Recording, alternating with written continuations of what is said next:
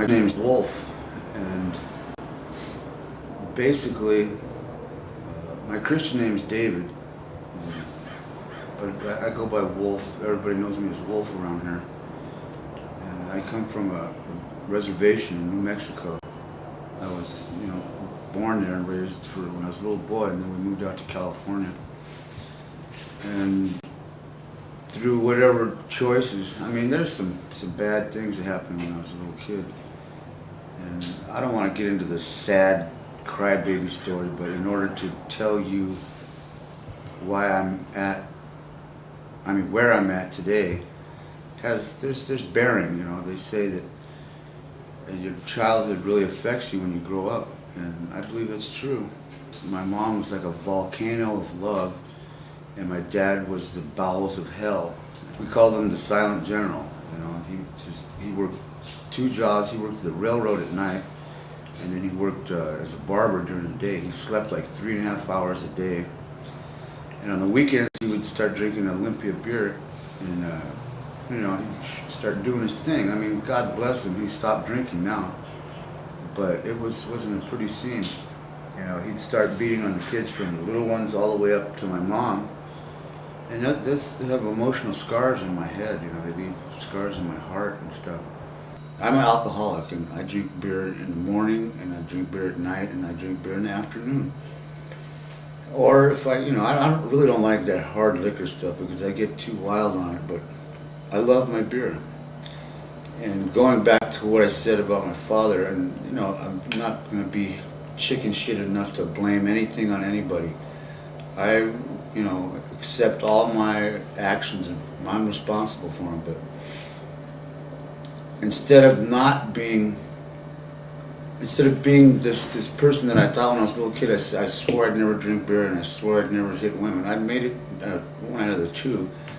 I've never hit a woman, but I drink beer more than my dad ever used to. Right now, I just choose not to work, period.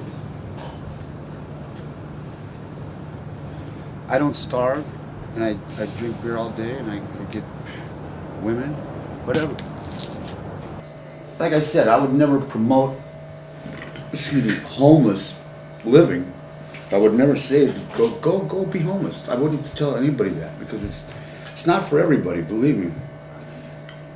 It's hard out there. You get tired, Sometimes you just get so fucking tired. All of my strength is in my hair. And there's a little bit of truth to that. There's a lot of truth to that. You see, Apaches, which this guy right here, this is Geronimo. That's the same exact tribe that my mom's people are from, the Chiricahua Apaches. And when they say, look at the back of this thing. You can get in trouble wearing this shirt. It says, all my heroes kill cowboys. If I go into a cowboy bar wearing that shit, it's going to piss somebody off. The last violation I did when I was in prison, this guy walked into my cell. He said, man, you got to cut your hair. I said, no, you got to suck my dick. You can't tell me to cut my hair. I'm Apache, and it's a spiritual thing. It's not just on my hippie long hair, whatever. So I did, instead of doing 8 months on a year violation, I did 1 year, 11 months. 15 of those months was in the hole. I came out of my cell an hour a day because I refused to cut my hair. And I know physical violence. I know it. I studied Taekwondo for a lot of years. And I became, pretty close to a red belt, which is right under a black belt. I can handle myself. Yeah, I don't promote violence, by no means. But I know what it's like, and I know how to do it. No matter how much you say peace, love, and, I love you, brother, sometimes it just doesn't work out that way. I got jumped by 3 dudes the other night, and my hand got all fucked up. They called themselves Venice locals, whatever the hell that means. They started showing me all their tattoos. I said, I don't give a fuck where you're from. I'm not leaving this town. See, they walked up on me, and they told me, you gotta go. You gotta get out of Venice. This is our town. I said, I don't have to go nowhere. If anything, I am indigenous to this land. I'm Apache, and You know, I have some Mexican blood. If anything, you have to go back to Europe. Don't tell me your shit about, you know, I'm a Venice local. I talked to the biggest guy. I said, man, go ahead, give me your best shot.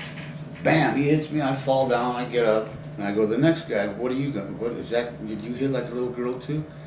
So then they look at each other like, man, this guy's ass. I told him, I said, one at a time, you know, either pick a number or rat pack me, so it doesn't matter to me.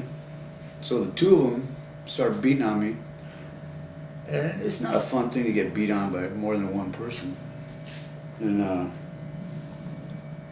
so I was holding my ground. It was about a draw. We were all out of breath, all of us. We were just like, you know, fighting and shit. And then that's when they got me. The guy who was fresh, he didn't jump in until I was out of breath. And then they got me. One guy had my hair this way, the other guy had, you know, my hair this way, and the other guy's like, hold him still. And I'm like, this is fucked, you know.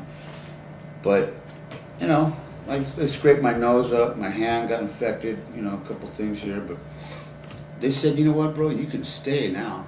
I said, well, that's nice, you know, because I wasn't about to go. So, like I said, there's perils and dangers out there as being a homeless person, and but the freedom that goes with it is so intense. This man actually told me, and he was in a business suit. He got out of a Mercedes-Benz, and with a big smile, I said, excuse me, sir, can you please help me out with assistance? And he looked at me like if I was the spawn of Satan, and he's like got this big old stink face on his look, and he goes, get away from me, you raggedy, toothless man. And it's true, look, I got no teeth, and I had raggedy pants on. So the man was telling the truth. And I looked back at him and I said, you know what? How about if I kick your fucking teeth in and rip up your clothes, and that way we could be the same. Then you would be a raggedy, toothless man too. And then we could have a conversation. I was on welfare, and I got the whole shebang. I went into the welfare office and I got a 2-week hotel voucher, the food stamps, and the benefit, the bus tokens, the kick in the ass on the way out, the whole thing. So I get the hotel voucher, and I'm looking at it, it's like, cool, man, I got out of the streets for 2 weeks. So I go up to this place, and it was the most hideous, deplorable, filthy conditions I'd seen. So I go to sleep. I wake up in the morning, and the first thing that hit me was the smell. I was like, what the fuck is that smell? The toilet had overflown. Everybody's shit and piss had come out through the night in the carpet, right? So I got out of bed, I jumped out of bed, and I'm standing in shit and piss, barefooted in my boxers. And I'm like, nah, this is not happening. I walk out the door, and I get the manager, I say, hey man, we got a fucking problem, a big one in my room. There is caca and pee-pee all over the place. And he starts telling me, you go back to your room, you shut up, you homeless man, you don't tell me how to run my business. I said, what? I said, hey motherfucker, show me some respect. I can't even walk back in there to get my bags because I don't want to walk in piss and shit again. He tells me, and then here comes the cell phone. He tells me, I call the police, I call the police. I said, motherfucker, you better have a button with bullets in that thing, because if you can't shoot me fast enough, I'm coming up on you now. I'm going to knock you out. He runs in his little cage, and he locks the door, and he goes, I call police, I call police. I said, good. I'm calling the fucking health department. I hope they meet here together. I shut him down.